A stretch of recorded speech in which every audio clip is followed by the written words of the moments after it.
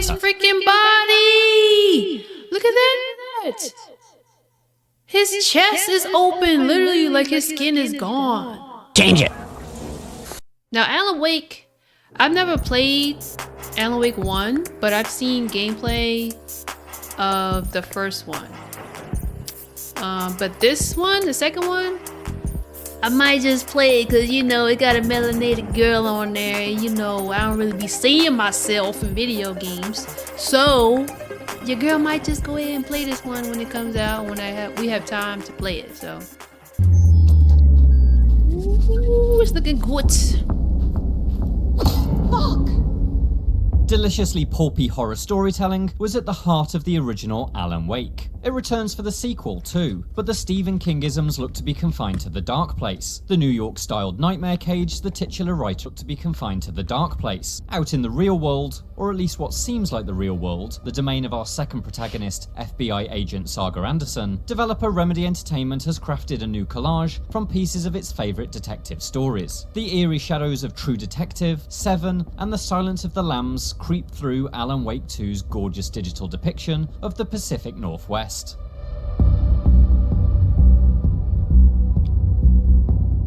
For this month's IGN First, I visited Remedy's studio in Finland to play Alan Wake 2. Across more than an hour of play... Dang, you went all the way to Finland to play it? Dang. I'm sorry, I'm reading the sign. It says Suomi Hall, karaoke, and a cafe that has burgers.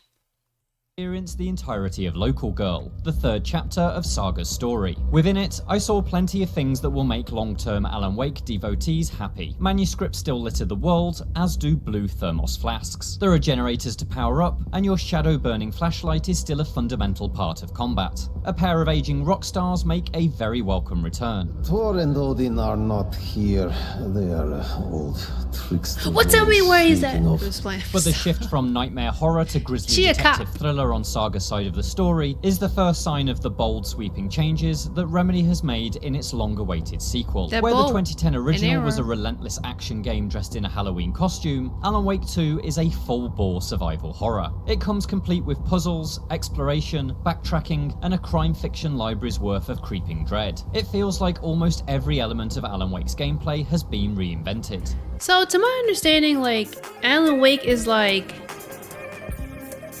It gives me kind of like zombie vibes, but they're not zombies. They're like humans that, I don't know, they went wrong somehow. I don't know. They're not, you know, human anymore, basically. That's the only thing I really understand about Alan Wake. And your flashlight hurts them or whatever because they're not good with light, basically. And from what I can tell thus far, it's all for the better. Local Girl begins with Saga arriving in Watery, a town established by Finnish settlers. It's just down the road from the original Alan Wake setting of Bright Falls, and carries a similar David Lynch vibe. What the hell? Are we all taking a hot spring or hot river bath? All these men have like towels on, and that's it, literally.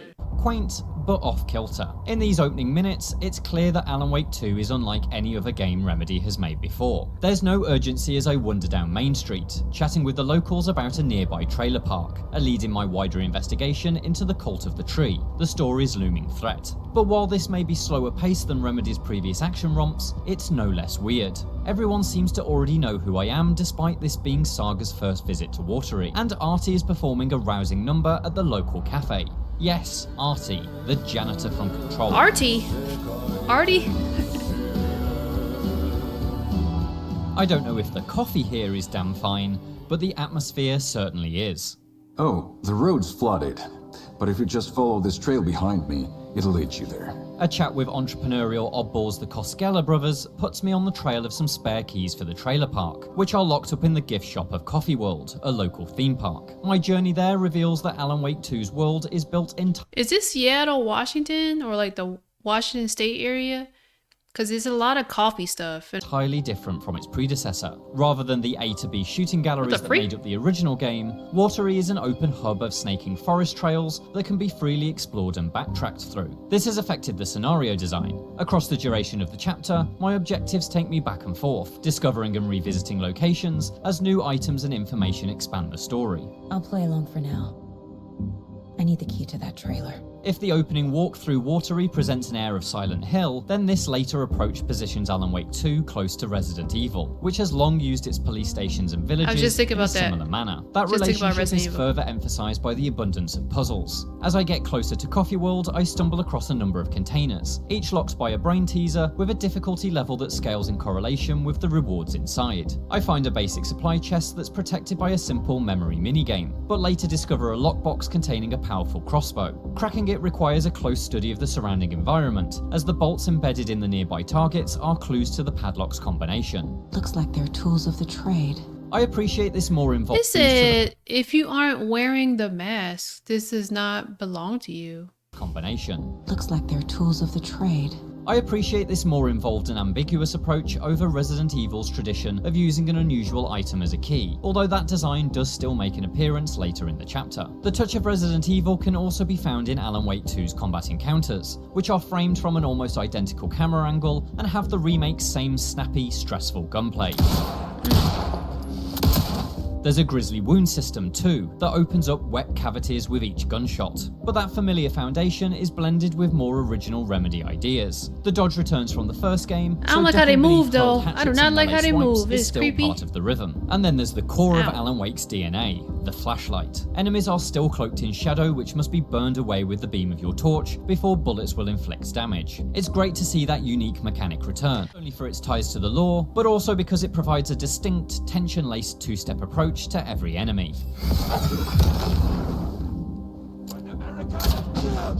Yes. At the same time, it's equally great to see what Remedy has dropped from its original formula. The encounters in this demonstration mission are a far cry from the relentless waves of enemies that populated the first game. Instead, moments of violence are spaced much further apart and involve just one or two assailants. A single foe is a significant, bullet-absorbing challenge. It makes fights feel scrappy and desperate, a hurricane of adrenaline that's where creepy. every round counts. The journey to Coffee World is host to just two of these encounters. It seems like much of Alan Wake 2's horror is built on the nervous anticipation of violence rather than combat itself. More enemies lie in wait between the rides and stalls of the fairground, but the real battle here is one of the mind. Because on Saga's side of the story, Alan Wake 2 is not just a survival horror, it's a detective game too. We are playing an FBI agent after all, and so Remedy has built a small collection of bespoke systems to support that investigative fantasy. Kadewala? As I explore Sounds Watery, I Hawaiian. gather an increasing pile of clues and evidence. Saga does not automatically make sense of these clues. Instead, they must be deciphered in the Mind Place, a mental representation of an FBI office in Saga's head.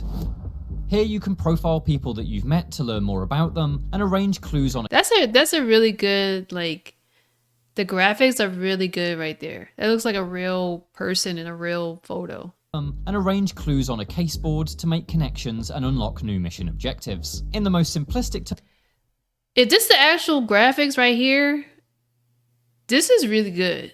terms, this is a match the card to the right location puzzle. Evidence that explains a person's motive goes in the motive section of the board, for example, and can Oh, this looks interesting. I've always liked stuff like this in video games where you kind of have to play detective, basically, like LA Noire, like that.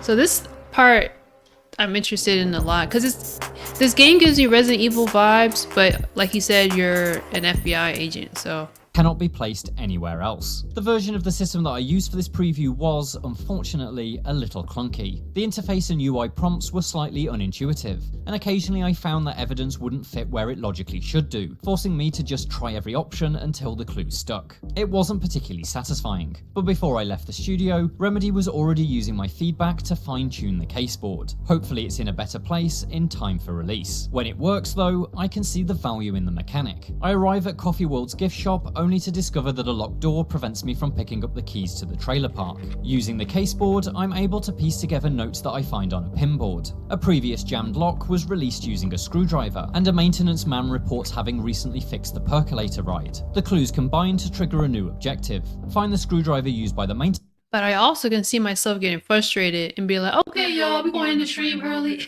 Maintenance man and use it to break the gift shop's lock. Using screwdrivers to break into gift shops isn't exactly standard procedure. This admittedly isn't genuine detective work such as that seen in games like Paradise Killer and Return of the Obra Dinn, but the approach does provide the sense of your action case forward and opening up new lines of investigation. And while the gift shop lock is a very simple example, I can see the board being vital to the much larger Cult of the Tree case, where there will likely be substantially more leads and categories of evidence. The board breaks all that down into clear components and allows you to easily track its individual threads. That's helpful from a narrative perspective, and hopefully it will feel fulfilling when it comes to the detective roleplay of it all too. The detective work, map design, scrappy combat encounters, and slower, tense pace of Alan Wake 2 make it a very different proposition from its predecessor. In fact, from what I've seen across both my hands-on time and the demo shown at Gamescom last month, it feels like Remedy may be making one of the most radical sequels in video game history. While I love the studio's action game pedigree, this new experiment with survival horror so far feels like the approach Alan Wake was always meant to take. It's cerebral, grimy,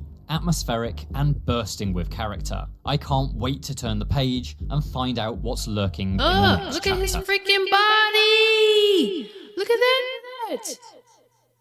His chest is open, literally like his skin is gone. That's crazy right there.